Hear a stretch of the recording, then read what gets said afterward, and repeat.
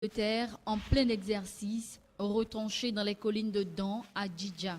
C'est un entraînement hors des casernes pour tester le dispositif militaire des forces armées béninoises. Sous le regard des hauts gradés de l'armée, les éléments de l'armée de terre ont démontré leur savoir-faire à travers des simulations. L'artillerie, le génie et les blindés s'exercent en premier. Ils doivent tirer leur épingle du jeu face à l'ennemi.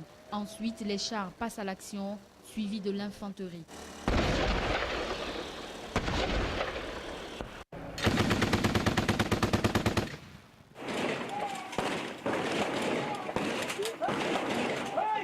Le lieutenant-colonel Serge Chabi, directeur de l'exercice, revient sur quelques précisions.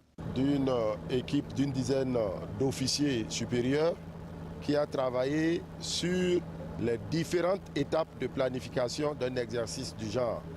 Donc, depuis l'initialisation, avec les directives initiales de planification du chef d'état-major de l'armée de terre. Après l'assaut final, nos troupes sont censées rester et détecter les différentes poches de résistance résiduelles.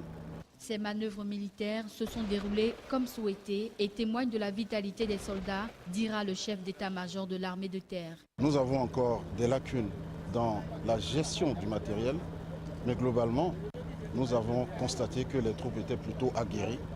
Et l'officier qui vous parle est fier de l'armée qu'il commande parce qu'il est en mesure de répondre en cas d'attaque. Après des heures d'observation, le commandement militaire est satisfait et invite les citoyens à faire confiance aux forces de défense. C'est une armée qui rentre dans la modernité à travers la préparation, les entraînements. Et nous avons à cœur de faire en sorte que les besoins aussi de cette armée soient adaptés aux menaces réelles du Bénin.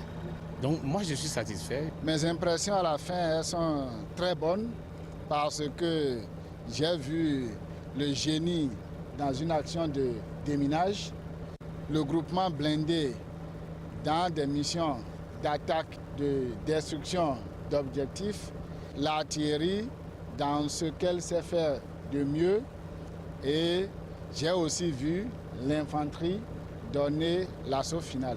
Nous avons à nous entraîner au jour le jour, aussi bien pour aller sur les théâtres extérieurs que pour d'éventuelles réponses à des actions djihadistes sur le territoire national. Notons que pour ces manœuvres militaires, l'armement lourd et antipersonnel a été déployé. On se croirait sur un champ de bataille.